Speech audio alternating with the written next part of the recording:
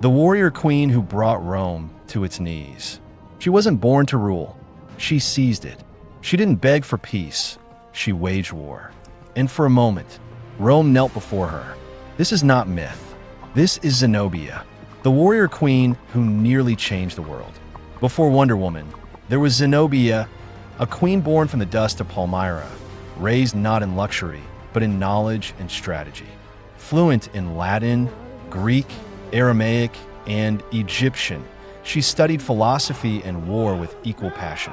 But fate struck fast. Her husband, King Odenathus, was assassinated, along with his eldest son. The throne was left to her young boy. And in a world ruled by emperors and swords, Zenobia made a move no Roman expected. She took the throne, not as a passive regent, but as a ruler of vision and fire. The East would not bend to Rome forever, she swore. A storm gathered on the horizon, and its name was Zenobia. Zenobia didn't just rule, she ignited a revolution. As Rome waged civil war with itself, she marched. One by one, the eastern provinces fell: Egypt, Syria, Arabia. With every victory, she wasn't just expanding her reach, she was building a new empire. Her own. Coins were minted in her name. Roman legions defected to her banner. Her people called her Augustus, a title once reserved for Roman emperors. She ruled as if born for the throne, commanding generals, scholars, and nobles with a vision no one could match. She wasn't hiding from Rome, she was daring it to fight. But power always has a cost, and in the shadows of her growing empire, betrayal began to stir. Palmyra had become the jewel of the East, a city of silk, stone, and strategy. At its center stood Zenobia, the desert empress.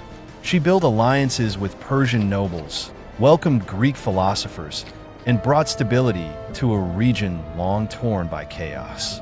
Her court was a blend of war council and intellectual haven. She honored Roman culture, but made it clear Rome ruled no longer. In her mind, this was not rebellion. It was correction. A new order was being born in the East, and it had no place for fragile emperors and greedy senators. The people worshipped her. Her enemies feared her. But Rome had finally chosen a champion to respond, and he was not like the rest. Emperor Aurelian, battle-scarred, ruthless, and determined to restore Rome's fading glory, had heard of Zenobia. Unlike the emperors before him, he didn't underestimate her. He saw her for what she was, a rival emperor with her own domain, her own army, and her own destiny. And so he moved, swiftly, strategically, relentlessly. As Zenobia expanded, Aurelian pushed back, retaking Roman lands city by city with iron discipline. He knew the only way to save the empire was to destroy hers. But Zenobia was no fool. She prepared for war, not to defend what she had, but to fight for what she still dreamed to build. Aurelian was the vulture circling above, but Zenobia, she was still the lioness, and the desert was hers.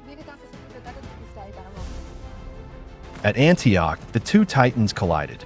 Zenobia's forces fought like fanatics, their queen riding alongside them, sword raised high.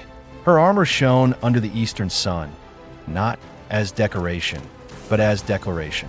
She would not yield, but Aurelian's men were forged by war.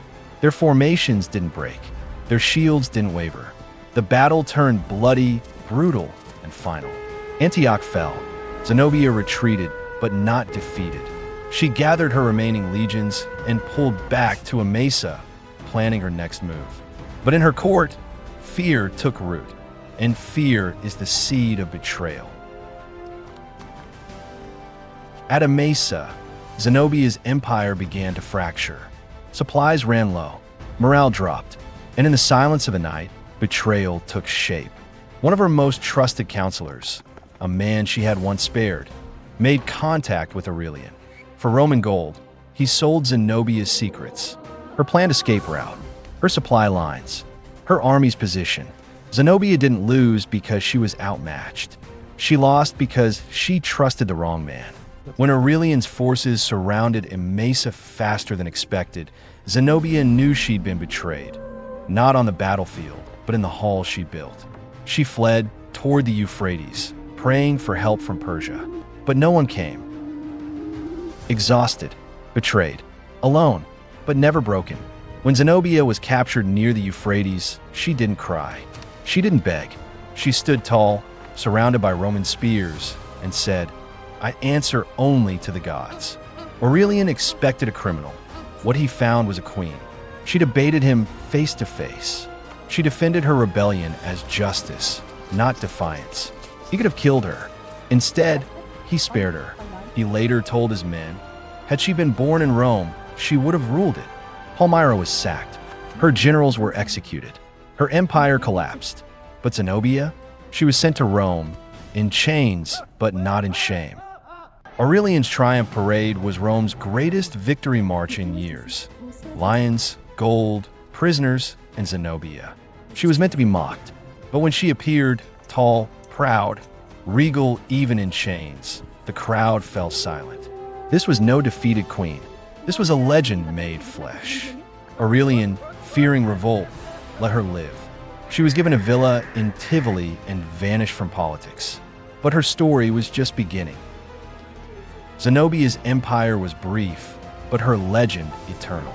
She challenged the world's mightiest empire and nearly won. She ruled with intelligence, courage, and fairness. Her people loved her, even in defeat.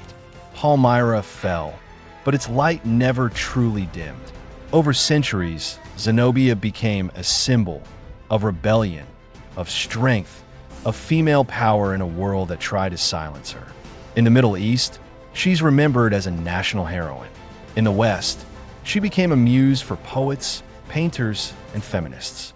Her life inspired opera, literature, and film. She wasn't a myth. She was a movement. Zenobia proved that a woman could be more than queen. She could be an empire. And though Rome erased her borders, they could never erase her name. From the shifting sands of Syria to the pages of history books, the warrior queen of Palmyra still rides. She didn't just live. She became eternal. She challenged an empire and nearly won. She ruled not with fear, but with vision. She faced betrayal, war, and chains. But she never surrendered. Zenobia is more than a name. She is a roar that never died. Her story is a mirror for every woman told to wait her turn, every rebel who dared to dream bigger. And now, her fire lives in you. If Zenobia's story moved you, don't let her be forgotten again. Like this video, share it, comment on your favorite scene, and subscribe for more epic tales from history's forgotten heroes. Because history isn't just dates and battles. It's blood, fire, love, betrayal, and dreams that refuse to die. And Zenobia? She dared to build a new world. The lioness of Palmyra lives on. Will you carry her roar into tomorrow?